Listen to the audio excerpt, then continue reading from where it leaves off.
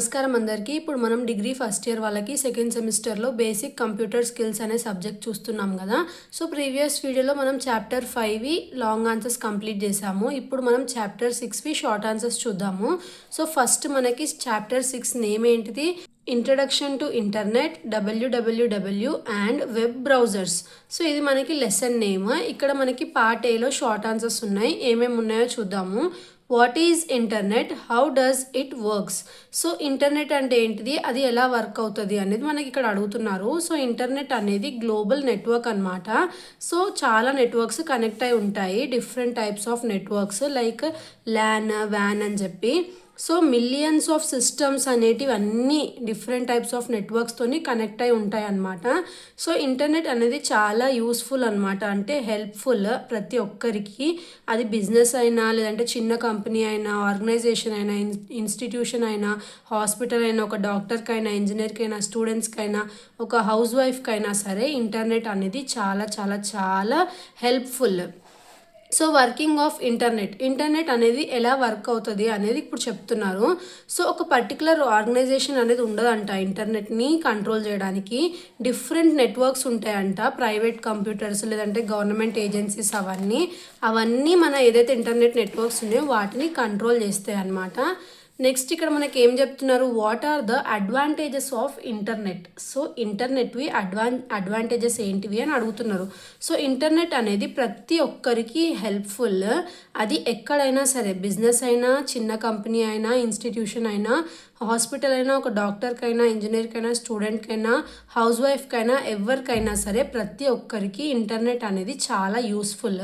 So internet అనేది ఎందుకు useful అంటే సెండింగ్ ఇంకా రిసీవింగ్ మెసేజెస్ కోసం, ఇంకా ఈమెయిల్స్ కోసం, ఇంకా ఇన్స్టెంట్ ఎలక్ట్రానిక్ మెసేజెస్. అంటే ఇప్పుడు మనకి ఇంటర్నెట్ ఉంటే వాట్సాప్లో మనం సింగిల్ క్లిక్తోని మెసేజ్ అనేది ఫార్వర్డ్ చేయొచ్చు కదా. సో అది. Next, any kind of information on any topic under the sun is available on the internet. So ఈ భూమి మీద ఏదైతే భూమి ఉందో దాని మీద ఏ కోణంలో ఏం జరిగింది అనేది మనం చిటికలో తెలుసుకోవచ్చు, గూగుల్ యూస్ చేసి అనమాట, అంటే ఇంటర్నెట్ యూస్ చేసి. సో అది దీనికి వల్ల ఒక బెనిఫిట్. ఇంకా ఆన్లైన్ స్టోర్స్ కూడా ఉంటాయి కదా, మనం ఇప్పుడు షాపింగ్ చేసుకోవచ్చు, లైక్ అమెజాన్ కానీ, ఏదన్నా ఫ్లిప్కార్ట్ కానీ, ఆన్లైన్ స్టోర్స్. సో దానిలో కూడా మనము ఏం చేయవచ్చు, ఇంటర్నెట్ యూస్ చేసుకొని ఇంట్లోనే కూర్చొని మనము బిజినెస్ చేసుకోవచ్చు, లేదంటే మనం సెల్ బై అవన్నీ చేసుకోవచ్చు.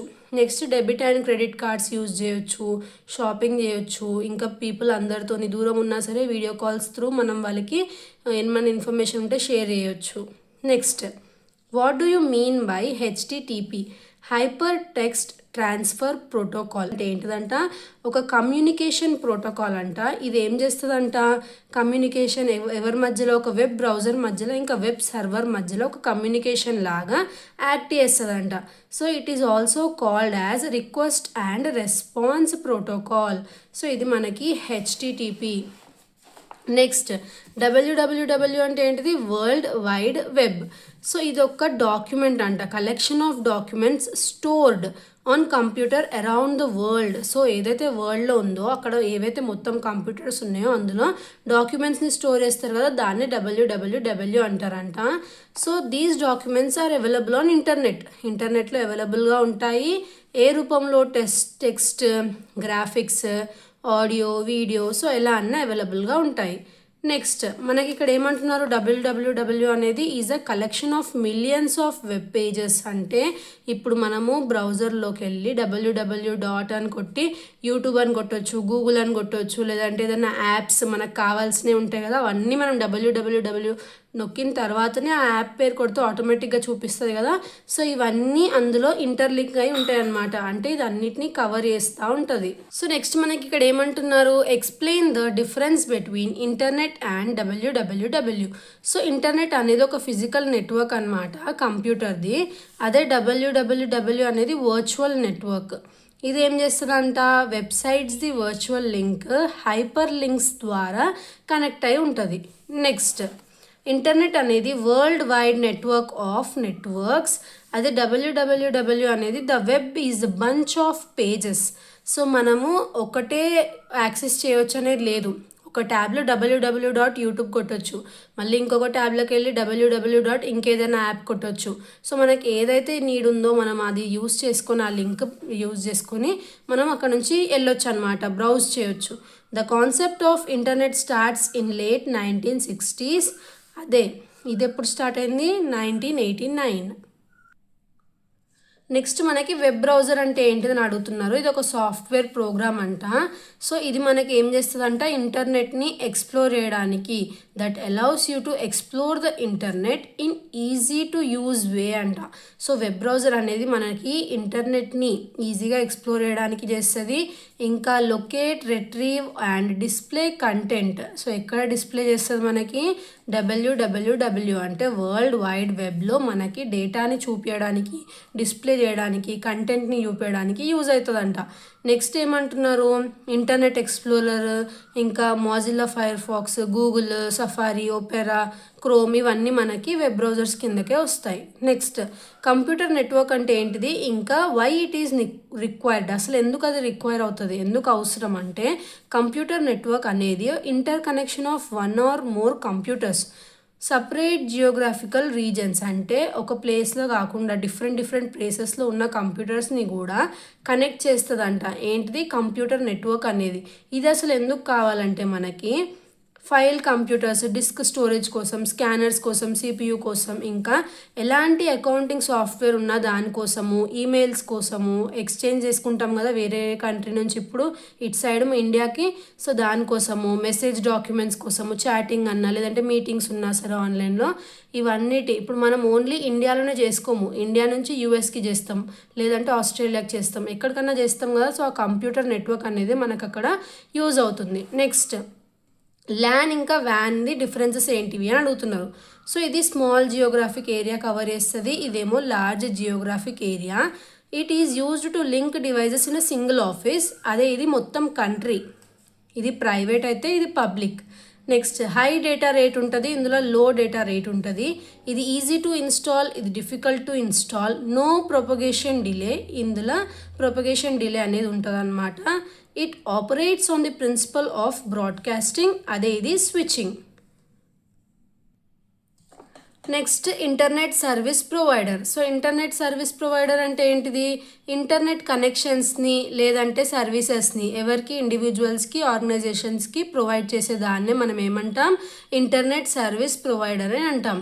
సో ఇట్ ఏం ప్రొవైడ్ చేస్తుందంట, సాఫ్ట్వేర్ ప్యాకేజెస్ అనేటివి ప్రొవైడ్ చేస్తుందంట, ఈమెయిల్ అకౌంట్స్ ప్రొవైడ్ చేస్తుందంట, పర్సనల్ వెబ్సైట్స్ ఇంకా హోమ్ పేజెస్ కూడా మనకి ప్రొవైడ్ చేస్తుంది. ఏంటిది? Internet service provider. Next what are the services offered by ISP. So ISP ఎలాంటి సర్వీసెస్ ఆఫర్ చేస్తుంది, internet access, web hosting, email access, domain name registration, dialup access, leased line access. Next what do you mean by search engine, name any 2 search engines on internet. So search engine అంటే ఏంటిది, ఒక web based tool అనమాట. ఇది యూజర్కి locate information on the world wide web. So world wide వెబ్లో ఏదైతే information ఉంటుందో దాన్ని యూజర్ యాక్సెస్ చేసేలాగా చేసేది ఏంటిది మనకి సెర్చ్ ఇంజన్. అంటే మనం అక్కడ టైప్ చేస్తున్నాం కదా, టైప్ చేయంగానే ఇది ఏం చేస్తుంది, డేటా అనేది యూజర్కి ప్రజెంట్ చేస్తుంది అనమాట. నెక్స్ట్ సెర్చ్ ఇంజన్, ఇప్పుడు మనకి ఇక్కడ ఏమడిగినారు, 2 search engines ఏమైనా చెప్పమని అడుగుతున్నారు. సో ఇక్కడ మనకు 2 search engines ఏంటివి, గూగుల్, యాహూ లేదంటే MSN సెర్చ్, అంటే జస్ట్ సర్చింగ్కి హెల్ప్ చేస్తే అనమాట. ఇక్కడ గూగుల్ అంటే ఏంటిది, మనం ఎలాంటి టైప్ చేసినా సరే మనం యూజర్స్ కదా, మనకి ఈజీగా ఇన్ఫర్మేషన్ అనేది యాక్సెస్ చేసే విధంగా ప్రొవైడ్ చేస్తుంది Google. What do you understand by domain name. So domain name అంటే ఏంటిదంటే ఒక యూనిక్ నేమ్ అంట, that identifies a website. So ఇప్పుడు మనం ఏదన్నా వెబ్సైట్ చేస్తున్నాం, ఫర్ సపోజ్ ఇప్పుడు మనం యూట్యూబే ఉందనుకోండి. సో యూట్యూబ్ అనేది ఒక యూనిక్ నేమ్ కదా, సో దానికి అది డొమైన్ నేమ్ లాగా అనమాట. సో దాన్నే మనం డొమైన్ నేమ్ అంటాము, దేన్నైతే మనము యూనిక్ నేమ్ అంటాము. ఇంకా దానివల్ల మనం ఆ వెబ్సైట్ని ఈజీగా ఐడెంటిఫై చేసేదగ్గగా ఉంటుంది అనమాట.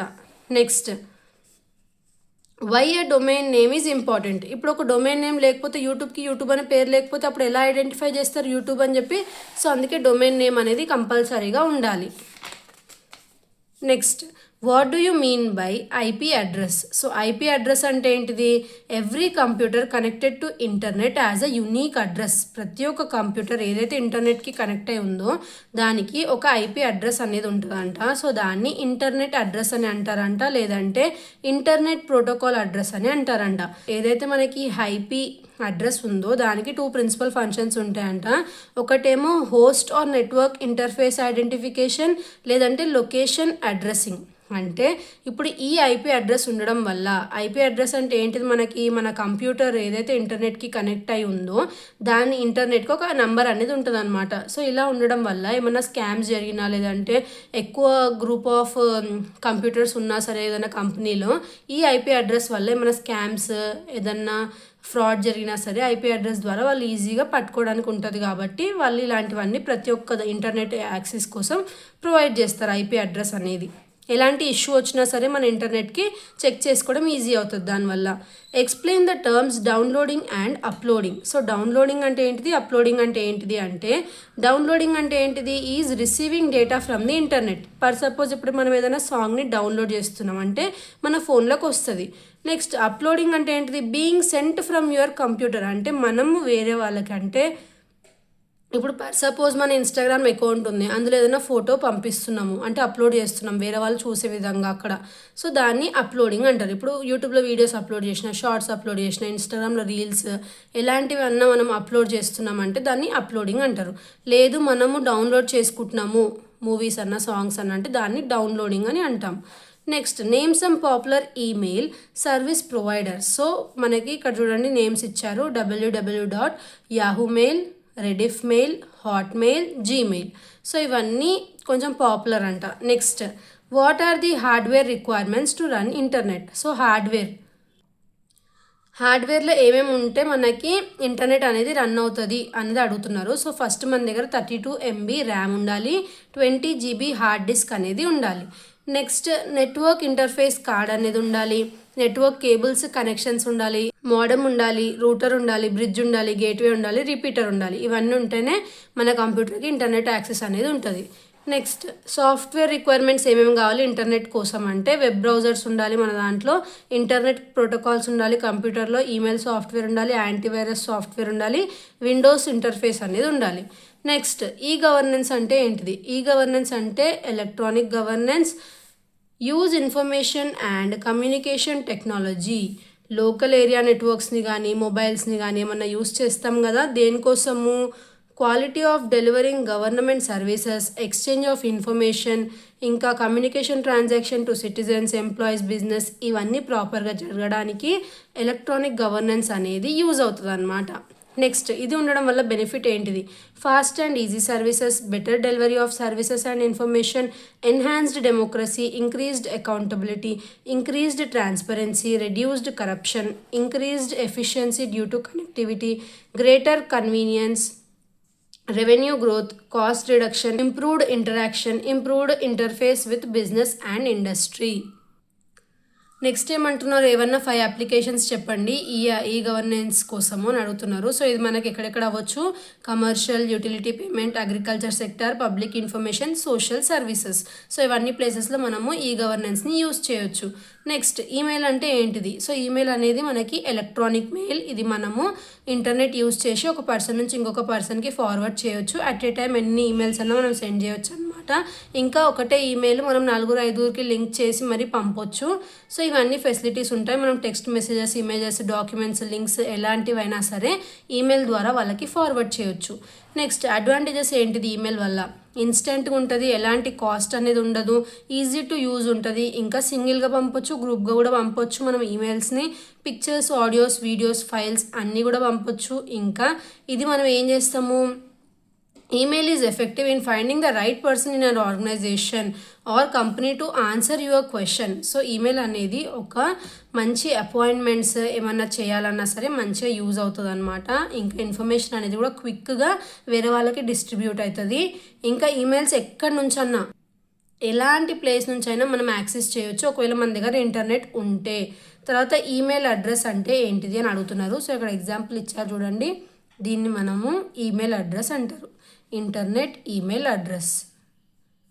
Next what can be sent in an email. So ఈమెయిల్లో మనం ఏమేమి పంపొచ్చు, pictures, PDFs, word processors, documents, movies, programs, files ఏవైతే మన కంప్యూటర్లు ఉన్నాయో అవన్నీ పంపొచ్చు. నెక్స్ట్ ఇంకెలాంటివి పంపొచ్చు ఈమెయిల్లో, ఇక్కడ ఎగ్జాంపుల్స్ ఇచ్చారు చూడండి, ఏదో ఫైల్ నేమ్. సో ఇలాంటివన్నీ మనము ఈమెయిల్ ద్వారా పంపొచ్చు. పిక్చర్స్ ఎలాంటివైనా సరే మనం మెయిల్ రాసిన తర్వాత అటాచ్ చేసి పంపొచ్చు కదా, అది మీరు షార్ట్కట్లో ఈజీగా రాయండి. Next what makes a valid email address. So ఒక వ్యాలిడ్ ఈమెయిల్ అడ్రస్ అంటే మనకి ఎలా ఉండాలి, first must have a user name followed by @ so ఇది మనకి కంపల్సరీగా ఈ సైన్ ఉండాలంట ఈమెయిల్ ఐడికి ముందు. Next the user name can not be longer than 64 characters కంటే ఎక్కువ లాంగ్ ఉండొద్దంట.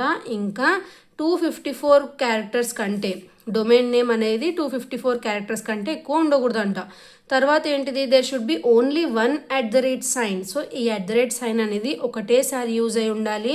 ఇంకా the space and special characters ఇలాంటివన్నీ యూజ్ చేయవచ్చు అంట మనము.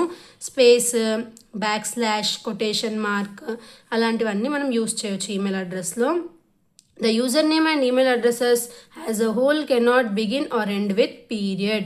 సో ఇవి పీరియడ్ తోని ఎండ్ కానీ బిగిన్ కానీ అవ్వవంట. Next the email must not have 2 or more consecutive periods. ఒక ఈమెయిల్కి 2 లేదంటే ఎక్కువ కాన్సిక్యూటివ్ పీరియడ్స్ అనేటివి ఉండకూడదంట.